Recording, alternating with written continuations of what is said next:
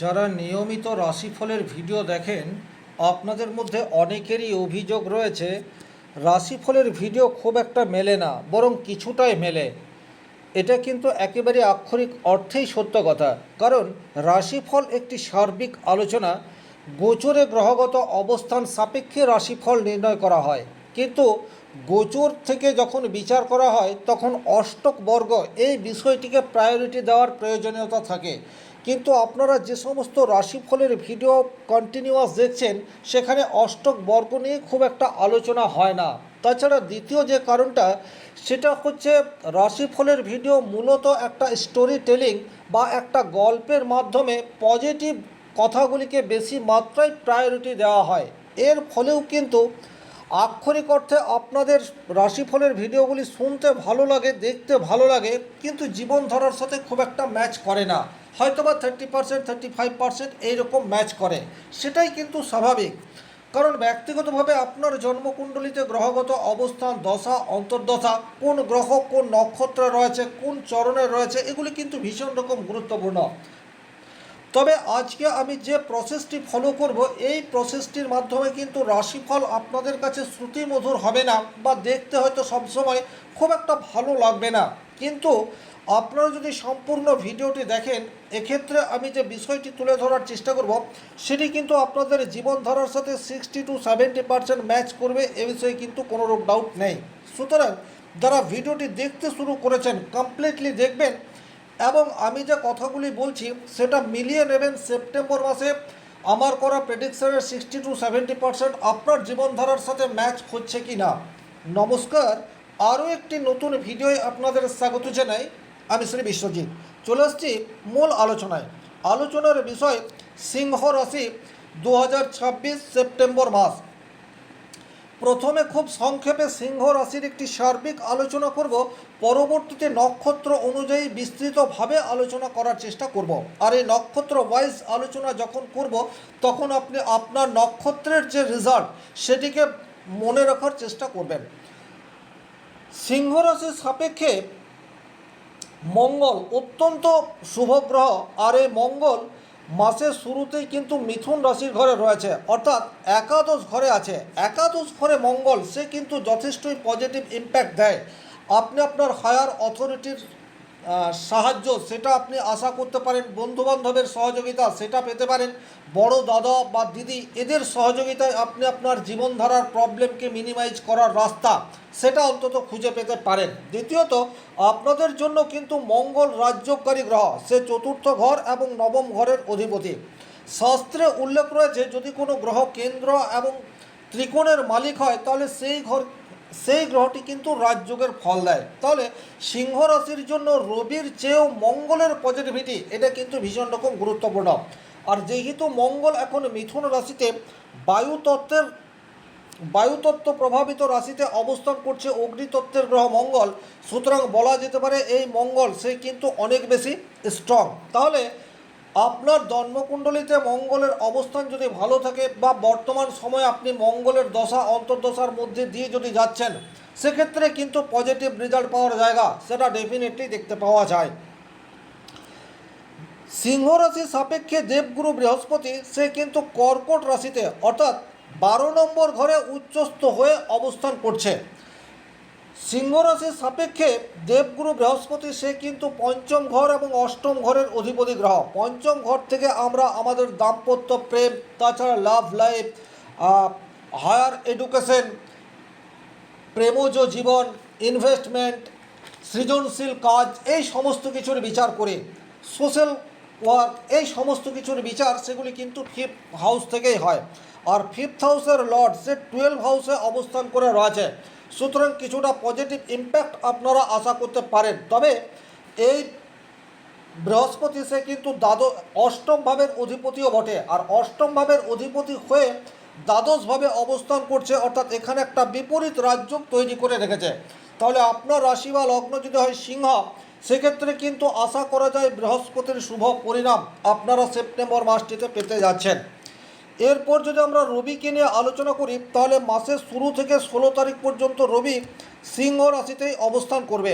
এখন রাশির অধিপতি গ্রহ রাশিতেই অবস্থান করলে সেই গ্রহটি শুভ ফল দেয়। সুতরাং রবি মান যশ খ্যাতি আত্মসম্মানের কারক গ্রহ। বর্তমান পরিস্থিতিতে কিন্তু আপনি অনেক বেশি আত্মসচেতন এই বিষয়টি লাভ করতে পারেন, তবে যাতে আপনার মধ্যে ইগো বা অহংকার না আসে এই বিষয়টিও কিন্তু আপনাদেরকে একটু খেয়াল রাখতে হবে।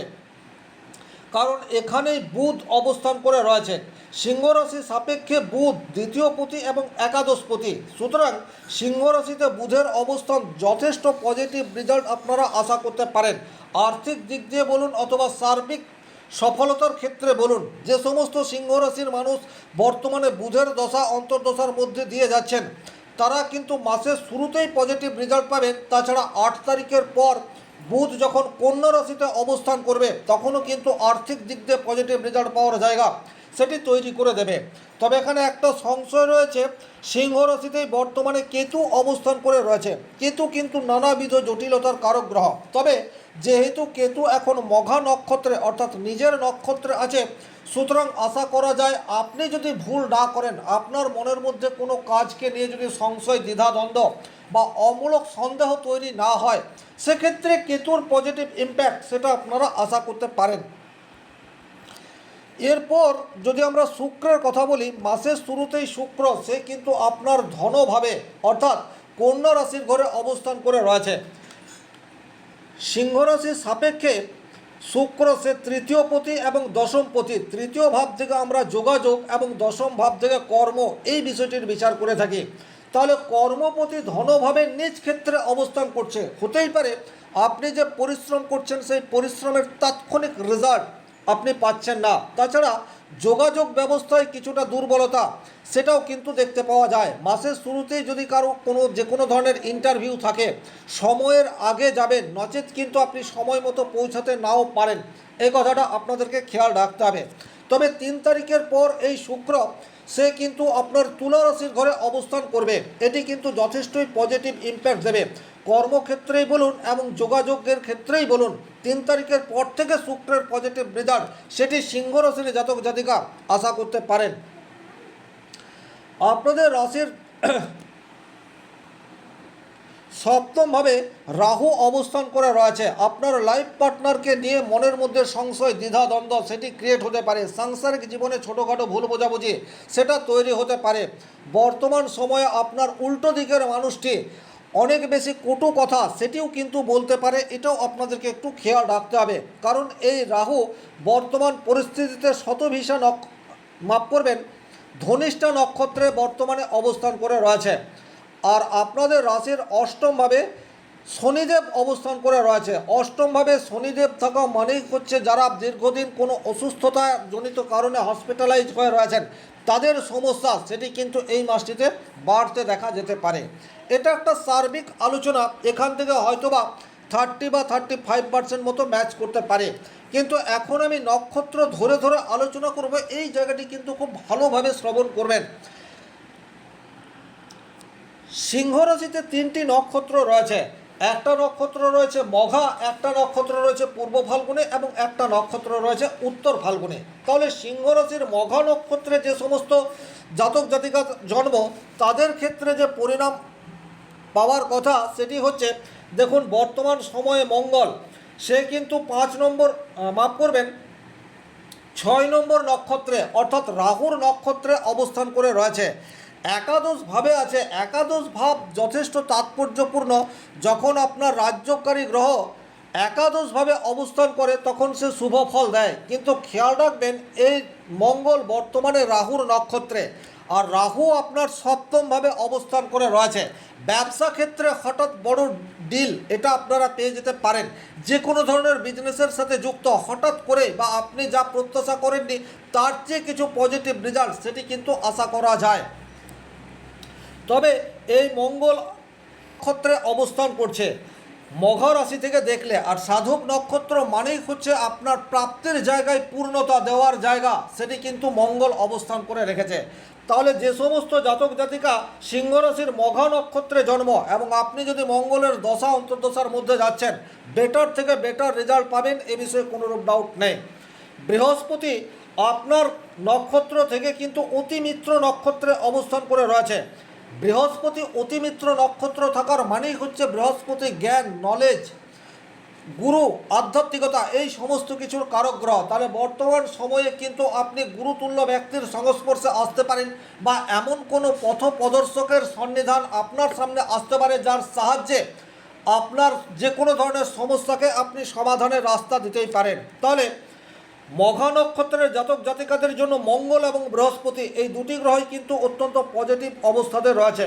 এরপর যদি আমরা রবিকে দেখি, রবি এবং বুধ এই দুটি গ্রহ কিন্তু সম্পদ নক্ষত্রে আছে। সম্পদ নক্ষত্রে যখন কোনো গ্রহ চলে যায় তখন কিন্তু অর্থ, যশ, খ্যাতি বা নানা দিক থেকে প্রাপ্তির সম্ভাবনা ক্রিয়েট করে। তাহলে ডেফিনেটলি বলতে পারি মঘা নক্ষত্রের জন্য রবি, বুধ, মঙ্গল এবং বৃহস্পতি এই চারটি গ্রহই কিন্তু আপনাকে মাসের শুরুতেই পজিটিভ রেজাল্ট দেওয়ার জায়গাতে রয়েছে। যদিও রাহু একটু প্রত্যারী নক্ষত্রে রয়েছে, প্রত্যারী নক্ষত্র মানেই হচ্ছে শত্রুতা, তাহলে আপনি আপনার রাশি থেকে বিষয়টিকে যদি দেখেন তাহলে আপনার সপ্তমভাবে রাহু অবস্থান করে রয়েছে। সপ্তম ভাব মানে হচ্ছে আপনার স্পাউস, অর্থাৎ আপনার স্বামীর সাথে অথবা আপনার স্ত্রীর সাথে একটা শত্রুতামূলক বা দ্বিধাদ্বন্দ্ব হওয়ার জায়গা সেটি কিন্তু দেখতে পাওয়া যায়। তাছাড়া শনিদেব সে অষ্টমভাবে অবস্থান করে আছে এবং নক্ষত্র অনুযায়ী শনি বর্তমানে রেট্রোগেট হয়ে 27 নম্বর নক্ষত্র অর্থাৎ বিপদ নক্ষত্রে অবস্থান করছে। তাহলে শনি বিপদ নক্ষত্রে রয়েছে, এটা আপনাদেরকে খেয়াল রাখতে হবে। তাড়াহুড়ো করে কোনো সিদ্ধান্ত নেওয়া যাবে না, হঠকারী ডিসিশন এটাও নেওয়া যাবে না। এবং যারা শারীরিক সমস্যার মধ্যে দিয়ে রয়েছেন তাদেরকে কিন্তু যথাযথ মেডিকেল সাপোর্ট নিয়ে থাকতে হবে, এই কথাটা বিশেষভাবে খেয়াল রাখতে হবে। এরপর যদি আমরা পূর্ব ফাল্গুনী নক্ষত্রকে দেখি তাহলে পূর্ব ফাল্গুনী নক্ষত্রের জন্য মঙ্গল সে কিন্তু প্রত্যারী নক্ষত্র প্রাপ্ত হচ্ছে নবতারা চক্রে। প্রত্যারী নক্ষত্র মানেই হচ্ছে শত্রুতা, সুতরাং কর্মক্ষেত্রে কিছুটা শত্রুতার সম্মুখীন আপনাকে হতেই পারে। ভাগ্যের ফুলফিল সাপোর্ট এটা আপনি নাও পেতে পারেন, কারণ এই মঙ্গল সে আপনার নবম ঘরের অধিপতি এবং চতুর্থ ঘরের অধিপতি। বাড়ির লোকের পর্যাপ্ত সাপোর্ট সেটাও কিন্তু সিংহরাশির পূর্ব ফাল্গুনী নক্ষত্রের মানুষজন নাও পেতে পারেন, কথাটা আপনাদেরকে খেয়াল রাখতে হবে। কিন্তু বৃহস্পতির পূর্ণ সহযোগিতা পূর্ব ফাল্গুনী নক্ষত্রের মানুষজন আপনারা আশা করতে পারেন, কারণ বৃহস্পতি মিত্র নক্ষত্রে রয়েছে। বাড়ির পরিবেশ পরিস্থিতি আপনার পক্ষে না থাকলেও বাড়ির বাইরের পরিবেশ, বাড়ির বাইরের বন্ধু বান্ধব বা অফিসের কলিগ তারা কিন্তু আপনাকে হেল্প করবে, এটা অন্তত বলা যায়। রবি এবং বুধ জন্ম নক্ষত্রে রয়েছে, সুতরাং রবি এবং বুধের মিশ্র ফল আপনারা পেতে যাচ্ছেন। ব্যক্তিগতভাবে আপনার জন্মকুণ্ডলিতে রবি যদি শুভভাবে অবস্থান করছে সেক্ষেত্রে কিন্তু পূর্ব ফাল্গুনী নক্ষত্রের জাতক জাতিকারা হওয়া কাজ অতি দ্রুততার সাথে হবে, কারণ বুধ যে আপনার অর্থের অধিপতি এবং একাদশ ভাবের অধিপতি সেও জন্ম নক্ষত্রে আছে। কিন্তু ব্যক্তিগতভাবে আপনার জন্মকুণ্ডলিতে যদি বুধ এবং রবির অবস্থান শুভ না হয় সেক্ষেত্রে কিন্তু অশুভ পরিণাম সেটা পেতে পারেন, অর্থাৎ অর্থ আটকে যেতে পারে, হওয়া কাজে বাধা সেটা তৈরি হতে পারে। শাস্ত্রে বলছে জন্ম নক্ষত্রে যদি কোনো গ্রহ থাকে সেই গ্রহটি মিশ্র ফল দেয়। তাহলে পূর্ব ফাল্গুনী নক্ষত্রের জন্য রবি এবং বুধ এরা জন্ম নক্ষত্র প্রাপ্ত হয়ে রয়েছে। এরপর যদি আমরা কেতুর বিষয়টিকে দেখি তাহলে কেতু কিন্তু অতিমিত্র নক্ষত্রে রয়েছে। যে সমস্ত পূর্ব ফাল্গুনী নক্ষত্রের মানুষজন কিছুটা সিক্রেট প্রফেশনের সাথে যুক্ত, এমন কাজ যে কাজটি লোকচক্ষুর অন্তরালে হয়, সেটা জ্যোতিষ হতে পারে, তন্ত্রমন্ত্র জাদুবিদ্যা হতে পারে, হায়ার স্টাডি হতে পারে বা অনেক উচ্চ দরের আপনি অফিসার হতে পারেন, যাদের কাজ একটু লোকচক্ষুর অন্তরালে, সেই সমস্ত প্রফেশনের সাথে যে সমস্ত পূর্ব ফাল্গুনী নক্ষত্রের জাতক জাতিকারা যুক্ত তারা কিন্তু ডেফিনেটলি পজিটিভ রেজাল্ট পেতে পারেন। কোনো ধর্মগুরুর সাথে বা সদ্গুরুর সংস্পর্শে আসার জায়গা সেটি কিন্তু তৈরি হতে পারে। কেতু পরম মিত্র নক্ষত্রে অবস্থান করে রয়েছে, সুতরাং এই জায়গাটি আপনাদের যথেষ্টই তাৎপর্যপূর্ণ। কেতুর দশা অন্তর্দশার মধ্যে দিয়ে যারা যাচ্ছেন তারা কিন্তু এই মাসটিতে শুভ ফল পাবেন, এ বিষয়ে কোনোরূপ ডাউট নেই। রাহু আপনাদের খেম নক্ষত্রে অবস্থান করে রয়েছে। খেম মানেই হচ্ছে শান্তি। যেমন মঘা নক্ষত্রের জন্য রাহু খুব একটা শুভ অবস্থান করছে না, কিন্তু পূর্ব ফাল্গুনী নক্ষত্রের জন্য খেম নক্ষত্রে নবতারা চক্রে রাহুর অবস্থান আপনাদেরকে কিন্তু যেহেতু সপ্তমভাবে রয়েছে, আপনি আপনার স্ত্রী বা স্বামীর পর্যাপ্ত ভালোবাসা, স্নেহ বা আপনার সাথে দায়িত্ব ভাগ করে নেওয়া এই সমস্ত বিষয় হতে যাচ্ছে। এটাও আপনাদেরকে খেয়াল রাখতে হবে, জন্মকুণ্ডলিতে রাহু সপ্তমভাবে অবস্থান করছে। ব্যবসা ক্ষেত্রে শান্তির পরিবেশ সেটা পূর্ব ফাল্গুনী নক্ষত্রের জন্য রয়েছে, এবং লাইফ পার্টনারের পূর্ণ সহযোগিতা সেটিও কিন্তু আপনারা আশা করতে পারেন। এবং শনিদেব সে কিন্তু আপনাদের সাধক নক্ষত্রে অবস্থান করে আছে, এটাও কিন্তু যথেষ্টই ভালো। যারা ধৈর্য ধরে দীর্ঘদিন ধরে ব্যবসা করে আসছেন এবং ব্যবসা ক্ষেত্রে আপস অ্যান্ড ডাউনের মধ্যে দিয়ে যাচ্ছেন, তারা কিন্তু ধীরে ধীরে উন্নতির দিকে যাবেন। সিংহ রাশির পূর্ব ফাল্গুনী নক্ষত্রের মানুষজন, এ বিষয়ে কোনোরূপ ডাউট নেই। হ্যাঁ, অষ্টম ভাবে রয়েছে, অষ্টম ভাব থেকে কিন্তু আনসার্টেনিটি, আবার শারীরিক অসুস্থতা, এই বিষয়টিরও বিচার করা হয়। সুতরাং হালকা ঠান্ডা লাগার প্রবণতা সেটা তৈরি হতে পারে, বা অতিরিক্ত ব্যয় সেটাও আপনাদের হয়ে যেতে পারে। হাঁটু বা কোমরের যন্ত্রণা সেটাও কিন্তু পূর্ব ফাল্গুনী নক্ষত্রের জাতক জাতিকাদের জীবনে চলে আসতে পারে। এরপর যে নক্ষত্রটাকে নিয়ে কথা বলবো, সেই নক্ষত্রটি হচ্ছে উত্তর ফাল্গুনী নক্ষত্র, অর্থাৎ সিংহ রাশিতে 12 নম্বর নক্ষত্র হচ্ছে উত্তর ফাল্গুনী নক্ষত্র, যার অধিপতি গ্রহ হচ্ছে রবি স্বয়ং। আপনাদের নক্ষত্র থেকে মঙ্গলের অবস্থান খেম, অর্থাৎ খেম নক্ষত্র প্রাপ্ত হওয়া মানেই হচ্ছে একটা শান্তির পরিবেশ। এবারে আপনাকে বিষয়টা ভালোভাবে খেয়াল রাখতে হবে। এই মঙ্গল একাদশভাবে রয়েছে, আপনি যে লক্ষ্যমাত্রা অর্জন করেছেন সেই লক্ষ্য পরিপূর্ণ হওয়ার পথে আপনি কিন্তু স্টেপ বাই স্টেপ এগিয়ে যেতে পারবেন। বাধা বিপত্তি সেই অর্থে আসছে না। বাড়ির পরিবেশ, মায়ের সাপোর্ট, সেটা কিন্তু উত্তর ফাল্গুনী নক্ষত্রের জাতক অবশ্যই আশা করতে পারে। যেখানে ভাগ্যের জন্য একটু আটকে যাচ্ছিলেন, বর্তমান সময়ে ভাগ্যের সহযোগিতা সেটি কিন্তু ডেফিনেটলি আপনারা আশা করতে পারেন। এবং এটা 12 তারিখ পর্যন্ত আপনাদের ক্ষেত্রে কিন্তু বিশেষ শুভ, এ বিষয়ে কোনোরূপ ডাউট নেই। 12 তারিখের পর থেকে কিন্তু মঙ্গলের নক্ষত্র পরিবর্তন হবে। যদি আমরা বৃহস্পতির অবস্থানটিকে দেখি, তাহলে উত্তর ফাল্গুনের জন্য বৃহস্পতি সে কিন্তু বধ নক্ষত্র প্রাপ্ত হয়ে রয়েছে। বধ নক্ষত্রে বৃহস্পতি, এবং সিংহ রাশি থেকে যদি আপনারা ক্যালকুলেট করেন তাহলে 8 নম্বর রাশি হচ্ছে মীন, যার অধিপতি সেও কিন্তু বৃহস্পতি। তাহলে হঠাৎ করে কোনো শারীরিক অসুস্থতা সেটা কিন্তু আসতে পারে, যকৃৎ, লিভার বা বড় কোনো ধরনের শারীরিক ইস্যু সেটা কিন্তু আপনাদের আসার জায়গা সেটাও কিন্তু তৈরি হয়ে রয়েছে। ইনভেস্টমেন্ট করার ক্ষেত্রে কিন্তু একটু সাবধানতা অবলম্বন করে চলবেন। প্রেমের ক্ষেত্রে আমিত্বের প্রকাশ সেটা আসতে পারে। সৃজনশীল কাজের ক্ষেত্রে একটু বাধা বা ধৈর্যহানি, এটাও কিন্তু উত্তর ফাল্গুনী নক্ষত্রের জাতক জাতিকারা প্রাপ্তি পেতেই পারেন, যাদের বৃহস্পতির দশা বা অন্তর্দশার মধ্যে দিয়ে যারা যাচ্ছেন। উত্তর ফাল্গুনী নক্ষত্রের জন্য রবি এবং বুধ অত্যন্ত ভালো জায়গায় অবস্থান করছে। নবতারা চক্রে অতিমিত্র নক্ষত্রে রবি এবং বুধ রয়েছে, আর উত্তর ফাল্গুনী নক্ষত্রের অধিপতি গ্রহ সেও কিন্তু রবি। সুতরাং আপনারা রবি মানেই হচ্ছে মান যশ খ্যাতি, আপনার বস তাদের সহযোগিতা ডেফিনেটলি আশা করতে পারেন। অর্থের আগমন সেটাও কিন্তু আপনাদের হবে। মঙ্গলের সাপোর্ট রয়েছে এবং বুধের সাপোর্ট সেটিও রয়েছে। সুতরাং অর্থকষ্ট কিছুটা হলেও লাঘব হওয়ার জায়গা উত্তর ফাল্গুনী নক্ষত্রের জাতক জাতিকাদের মাসের শুরুতেই তৈরি হতে দেখা যাবে। যদিও 8 তারিখের পর বুধের রাশি পরিবর্তন হবে এবং নক্ষত্র পরিবর্তন হবে, তখন কিন্তু পজিটিভ রেজাল্ট সেটি আরও বেশি মাত্রায় দেখতে পাওয়া যাবে। যদি আমরা কেতুর অবস্থানটিকে দেখি, কেতু সেও কিন্তু উত্তর ফাল্গুনী নক্ষত্র থেকে দেখলে মিত্র নক্ষত্রে অবস্থান করছে। সুতরাং এক্ষেত্রেও আমি বলবো একটা পজিটিভ রেজাল্ট আপনারা আশা করতে পারেন। যে কোনো সমস্যায় মানুষের হেল্প এটা অন্তত আপনার পক্ষে থাকবে। জ্ঞাতি গোষ্ঠী বা আত্মীয় স্বজনদের সহযোগিতা আপনার যে কোনো বড় সমস্যার সমাধানের পথ তৈরি করে দিতে পারে। যদি আমরা রাহুর বিষয়টিকে দেখি, তাহলে রাহু কিন্তু বিপদ নক্ষত্রে অবস্থান করছে, এটা আপনাদেরকে খেয়াল রাখতে হবে। উত্তর ফাল্গুনী নক্ষত্র সাপেক্ষে রাহু বিপদ নক্ষত্র মানেই হচ্ছে আপনার স্ত্রীর সাথে মনোমালিন্য তৈরি হওয়ার জায়গা অত্যন্ত প্রবল। ব্যবসা ক্ষেত্রে অযথা বাকবিতণ্ডায় জড়িয়ে পড়া, এই ঘটনা আপনাদেরকে যতটা সম্ভব অ্যাভয়েড করে চলতে হবে। তাছাড়া শনিদেব সেও কিন্তু খুব ভালো নক্ষত্র প্রাপ্ত হচ্ছে না।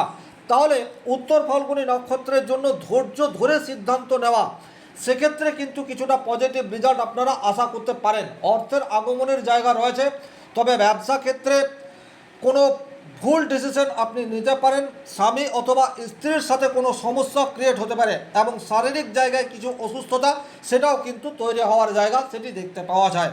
ওভারঅল এই ছিল এই ভিডিওটির মূল আলোচ্য বিষয়। ভিডিওটি ভালো লাগলে লাইক করবেন, কোথাও কোনো প্রশ্ন বা সংশয় থাকলে কমেন্ট বক্সে লিখে জানাবেন, আর চ্যানেলে নতুন হয়ে থাকলে সাবস্ক্রাইব করে পাশে থাকা অল নোটিফিকেশন বেল আইকনটি প্রেস করে দিন। ব্যক্তিগতভাবে নিজের জন্মকুণ্ডলী বিচার করতে চাইলে স্ক্রিনে দেওয়া নাম্বারটি সংগ্রহ করে যোগাযোগ করতে পারেন। ভালো থাকুন, সুস্থ থাকুন, ধন্যবাদ।